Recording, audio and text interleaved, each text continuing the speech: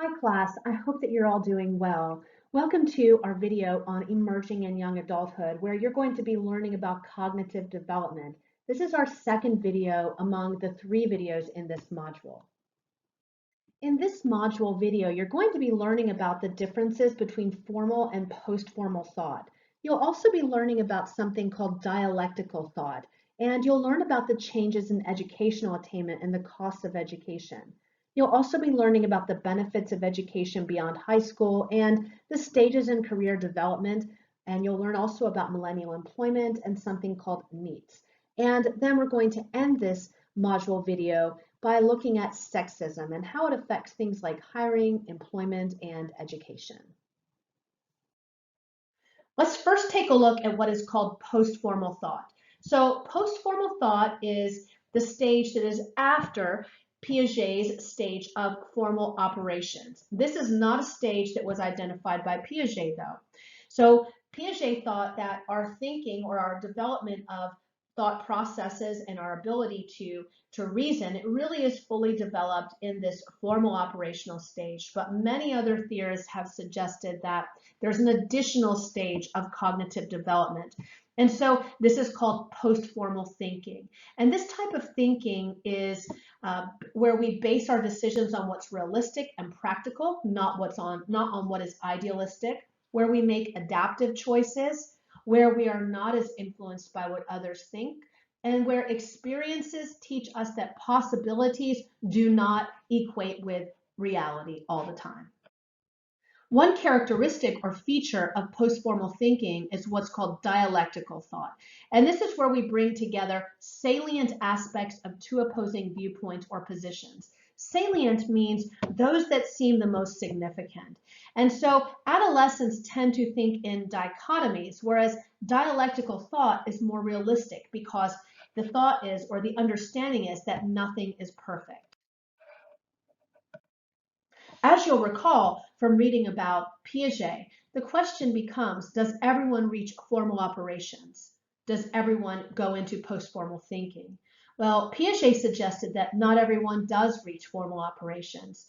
And what the research suggests is that not everyone does, and not everyone reaches post-formal thinking. Formal operational thought is thought to be influenced by experience and education. And so experience in particular and abstract reasoning is going to be of significant importance. And this also may be related to specific education that we receive. Also, abstract thinking in one area does not mean that we will have abstract thinking skills or abilities in all areas. The authors of your textbook suggest that in 2016, 36% of 18 to 24-year-olds attended college. And actually, this number has gone up a little bit.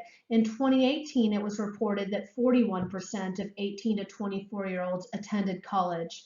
Also, we see that a majority, or at least more than half of adults over age 25 have completed some college, and 32.5% have a bachelor's degree or higher.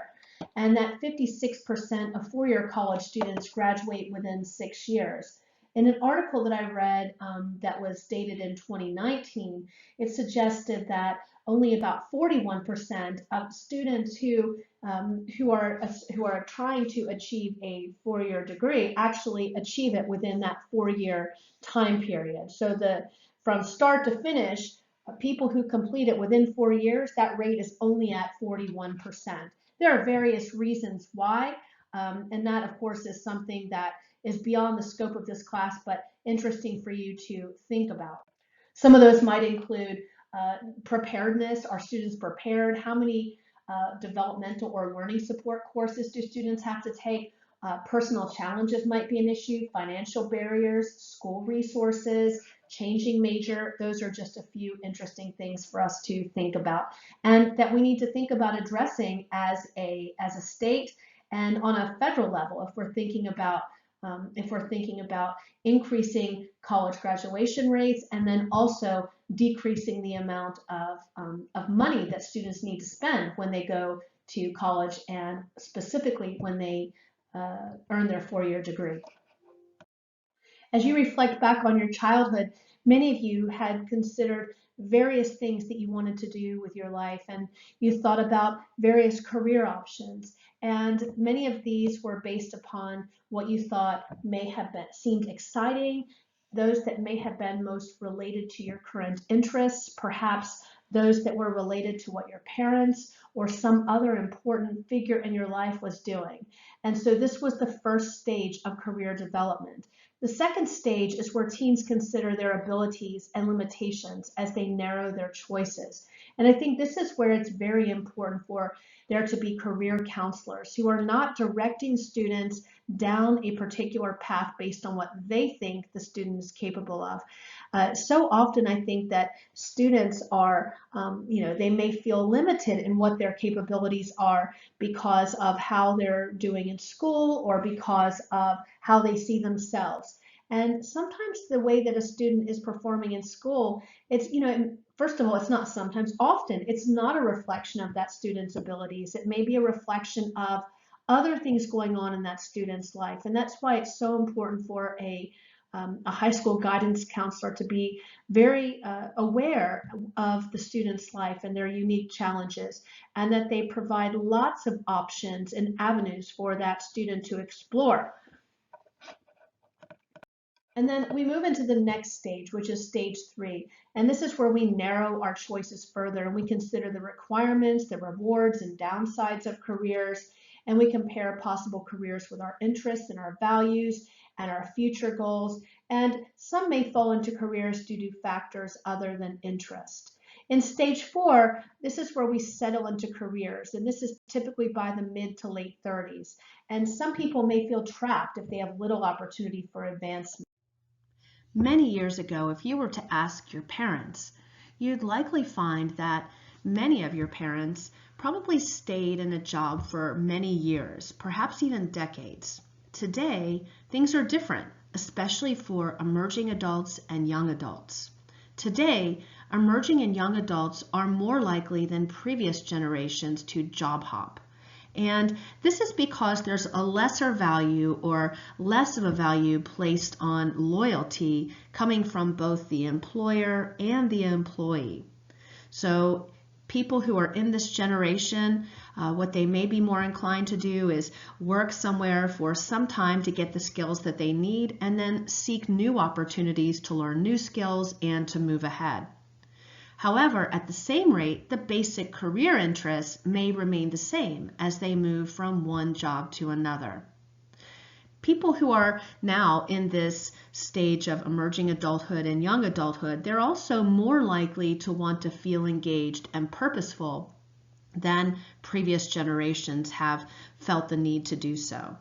And we have a group that are called NEETs, and these are people who are neither employed or who are not in, they're not in education and training.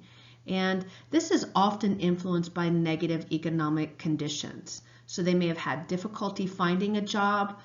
There may not be funds for them to be able to seek education. Now, within the state of Tennessee, we have some great programs that are for adults who may have been working and then are now seeking additional skills. And one example is Tennessee Reconnect. And so this is a great opportunity for people who are in that stage of young adulthood who perhaps may not be able to pay for college and are not right out of high school, but are seeking new learning opportunities so that they can build the skills that they need to seek those jobs that are more fulfilling or purposeful for them, and also that are in line with the demands of the regional economy. Sexism is prejudice or discrimination based on a person's sex or gender. Sexism can influence a person's career choices and advancement, and it can influence educational opportunities and views of behavior.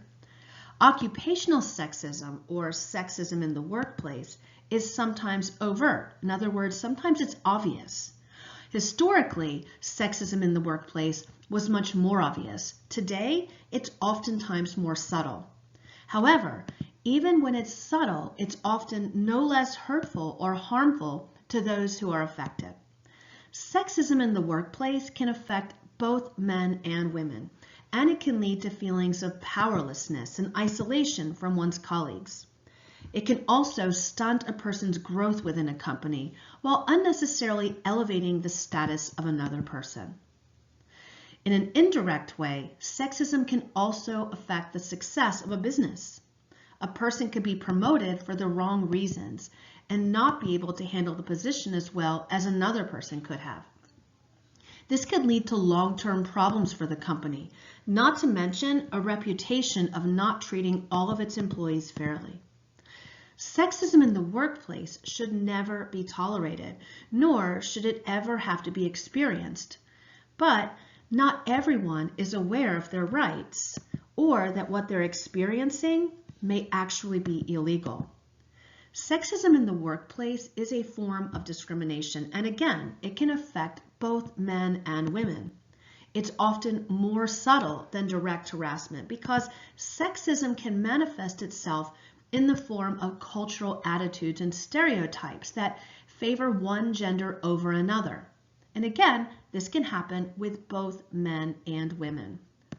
While more often women are those who are affected by workplace sexism, men can also be the victims, and sometimes because of cultural expectations of men, they may be less inclined to report it. So what are some examples?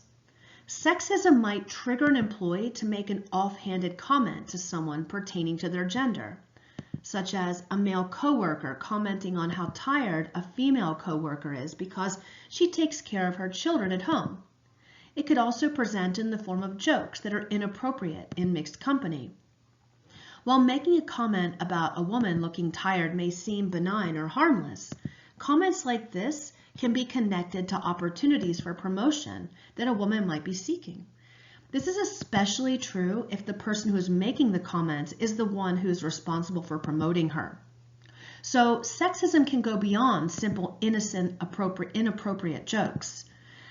If an office has a culture of sexism, it can prevent qualified individuals from being promoted or even hired for employment.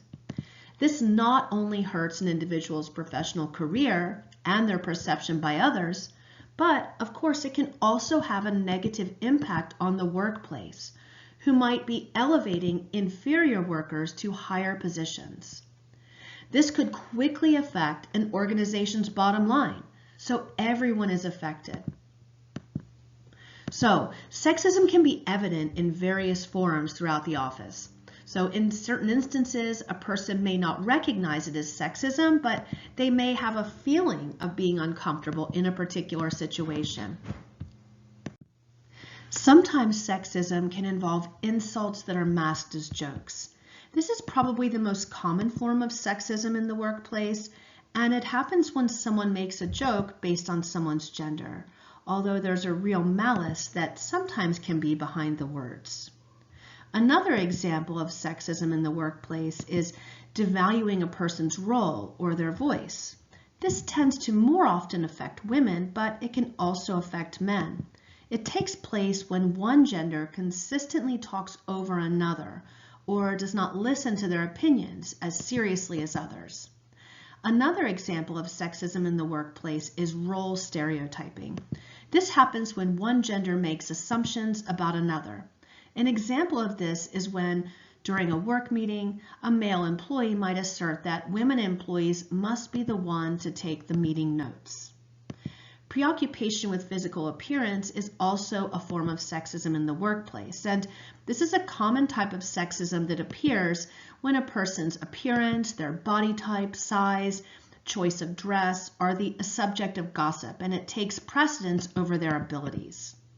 Assuming that caring and careers don't mix is also a form of sexism in the workplace. So men and women can face this issue when it comes to trying to have a good work-life balance. A woman's ability as a mother may be questioned when she tries to find balance between work and family, while a man could face even ridicule if he takes time off to care for a newborn baby. Unmerited gender labeling is another form of sexism in the workplace. And this is when men and women don't subscribe to the stereotype that they may associate with them. So a woman might hear, for example, that she's too bossy or difficult to work with, or a man could be told that he's too emotional or soft. So even though many of you may not have ever experienced these, many workers still do endorse sexism in the workplace. And the difficulty for certain employees is that there could be a sexist culture that the organization may not know is even there. And bringing attention to it could make everyone else more aware of the situation, which can be a good thing. But it can also lead to backlash or retaliatory action. And this is something that people sometimes will fear. But this is not acceptable and it's actually illegal. So how do you think sexism can impact the workplace? Has it ever affected you? Well, a few of the effects I've provided, but remember, there are no positive influences associated with sexism in the workplace, and overall, it can lead to disparate treatment between employees in the office. And what's happening is one group is being rewarded over another based on sex and not their abilities.